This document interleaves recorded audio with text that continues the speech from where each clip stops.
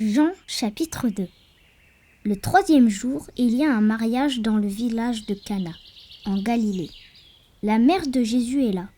On a aussi invité Jésus et ses disciples au mariage.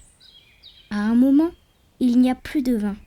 Alors la mère de Jésus lui dit : « Les gens n'ont plus de vin. » Jésus lui répond : « Mère, qu'est-ce que tu me veux ? Ce n'est pas encore le moment pour moi. » La mère de Jésus dit aux serviteurs : « Faites tout ce qu'il vous dira. » Il y a là 6 grands récipients de pierre. Les Juifs se servent de l'eau qu'ils contiennent pour se rendre purs, selon leur coutume. Dans chaque récipient, on peut mettre 100 de litres. Jésus dit aux serviteurs : « Remplissez ces récipients avec de l'eau. » Les serviteurs les remplissent jusqu'au bord.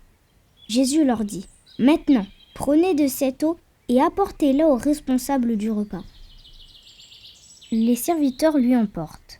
Le responsable du repas goûte l'eau qui est devenue du vin. Il ne sait pas où ils ont pris ce vin. Mais les serviteurs qui ont pris de l'eau dans les récipients le savent.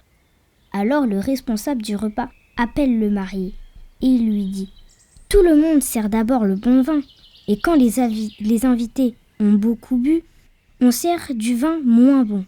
Mais toi, tu as gardé le bon vin jusqu'à maintenant. » C'est le premier signe étonnant que Jésus a fait. Cela se passe à Cana, en Galilée. Jésus montre ainsi sa gloire et ses disciples croient en lui. Ensuite, il va à Capernaum avec sa mère, ses frères et ses disciples. Il y reste seulement quelques jours. C'est bientôt la fête juive de la Pâque et Jésus va à Jérusalem. Dans le temple, il trouve des gens qui vendent des bœufs, des moutons et des colombes. Il trouve aussi des gens qui changent de l'argent. Ils sont installés à leur table.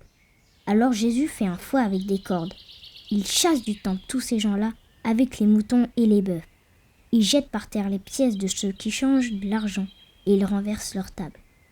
Il dit aux marchands de colombes : « Enlevez cela d'ici ! Ne faites pas de la maison de mon père une maison de commerce. » Les disciples de Jésus se rappellent de cette phrase dans les livres saints. « Seigneur, j'aime beaucoup ta maison.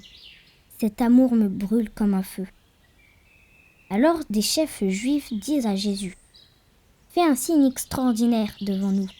Ainsi tu nous prouveras que tu as le droit de faire cela. » Jésus leur répond : « Détruisez ce temple et en 3 jours je le remettrai debout. » Ils lui disent : « On a mis 46 ans pour construire ce temple et toi, en 3 jours tu vas le remettre debout. » Mais quand Jésus parlait du temple, il parlait de son corps.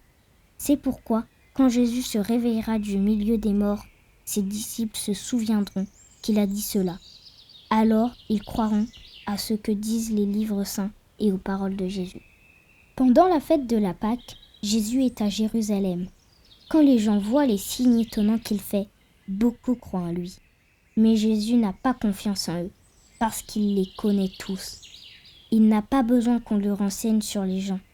Lui, il sait ce qu'il y a dans le cœur humain.